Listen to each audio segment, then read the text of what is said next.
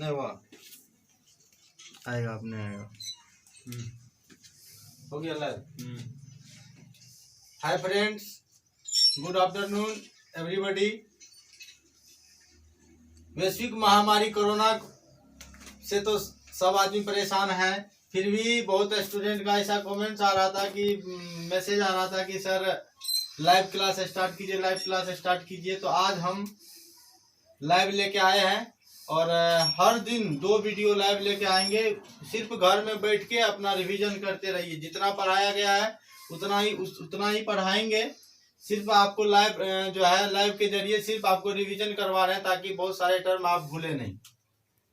तो हम लोग लेके आते हैं केमिस्ट्री का जो पहला चैप्टर है वो सॉलिड स्टेट से जो है रिलेटेड बातें को हम लोग पढ़ेंगे। सॉलिड स्टेट का पहला चैप्टर है 12th का, और इस 12th का पहला चैप्टर में हम आपको बेस के लिए बता भी दिया गया था कितना चैप्टर होते हैं, कौन फिजिकल में आता है, कौन इनऑर्गेनिक में आता है, कौन ऑर्गेनिक में आता है। तो हम लोग चलते हैं सीधे टॉपिक पे आते हैं, ज्यादा हम लोग बात करेंगे नहीं, क्योंकि किसी कारण मतलब बहुत समस्या को जूझते हुए हम ये बोर्ड की व्यवस्था की है। क्योंकि घर पे कोई किसी तरह का बोर्ड अवेलेबल नहीं था, किसी दूसरे का बोर्ड ला के इसको एडजस्ट मतलब किया हूँ, और उस तरह से मैं जो है लाइव आने के लिए आप लोग के बीच तैयार हूँ। चलिए देखते हैं ठोस। तो सबसे पहले ठोस का वर्गीकरण हम लोग देखेंगे। ठोस को 2 भागों में बांटा गया, एक होता है क्रिस्टलीय ठोस और दूसरा होता है अक्रिस्टलीय ठोस। क्रिस्टलीय ठोस को वही हम लोग रवादार ठोस बोलते हैं, और अक्रिस्टलीय ठोस को क्या बोलते हैं, बेरवादार ठोस। क्रिस्टलीय ठोस और क्रिस्टलीय ठोस, क्रिस्टलीय ठोस का दूसरा नाम रवादार ठोस और क्रिस्टलीय का बेरवादार ठोस। देखिए क्रिस्टलीय ठोस क्या होता है, जिसका अवयवी कण नियमित एवं क्रमबद्ध रूप से सजे होते हैं उसको क्रिस्टलीय ठोस कहते हैं। जैसे benzene, urea, zinc, sodium chloride, ये सब आपका हो गया क्रिस्टलीय ठोस। मतलब जिसका अवयवी कण नियमित एवं क्रमबद्ध रूप से सजे होते हैं उसको हम लोग क्या बोलते हैं, क्रिस्टलीय ठोस।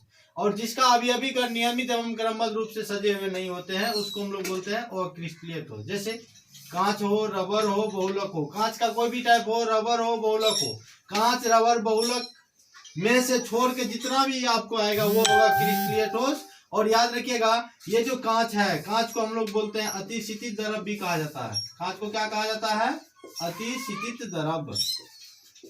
अब ध्यान दीजिएगा, इसमें से 2 टाइप का ऑब्जेक्टिव क्वेश्चन आते हैं। इनमें से कौन क्रिस्टलीय ठोस है, इनमें से कौन अक्रिस्टलीय ठोस है।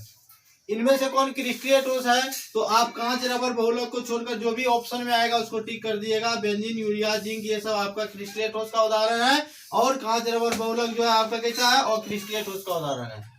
दूसरी बात आपको ये